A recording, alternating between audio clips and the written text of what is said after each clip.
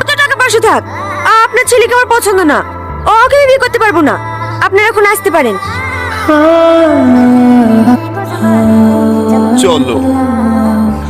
দাঁড়ান আপনারা দাঁড়ান। এই রীতি, তোর কি মাথা খারাপ হয়ে গেছে? এত সুন্দর একটা বিয়ের প্রস্তাব এসছে আর তুই রাজি হসিনি? ছেলেটা কোথায় দেখতে খারাপ? চাচা ছেড়ে দেন, ওর যখন পছন্দই না ওকে আর জোর করেন না। চলো মা।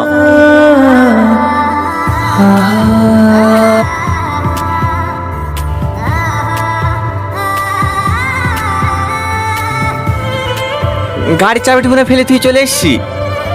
তুমি একটু দাঁড়াও, আমি গেলে আসছি।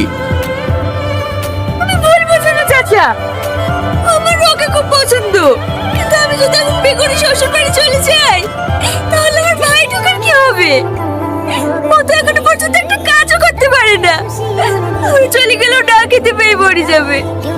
শুধু ভাই ঢোকার মুখ পারে তাকি আমি এই বিয়েতে রাজি হইনি।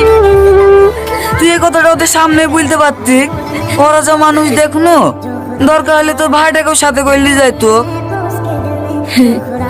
পড়েছিলি চাচা, একদিন দেখবে, দুদিন দেখবে, তিন দিনের বেলাকে ঠিক চোখের বিষয় যাবে। কিন্তু তুই কি আর এত ভালো সম্বন্ধ পাবি? কি বলো চাচা, আমাদের কপালে তো মদ খুরবা দুই ছেলের বাপ ছাড়া আর কিছুই জুটবে না। এত ভালো ছেলের বউ হওয়া আমার ভাগ্যে নাই। তুই যা ভালো বুঝিস তাই কর। আর ও ছোট মাঠে মনীষা তো যেতে পারে। দাঁড়া, ওকে দেখতে পেলে আমি বলবো। না থাক চাচা, চাকরি লেগে ঘুরছে, আর কোনোদিন দেখো। থাক মা, আসছি। কি হলো বাপ, তুমি? ওই চাবিটা নিতে ভুলে গেছিলাম চাচা। ও এই রীতি, চাবিটা কোথায় পড়ে আছে দেখ দিনে।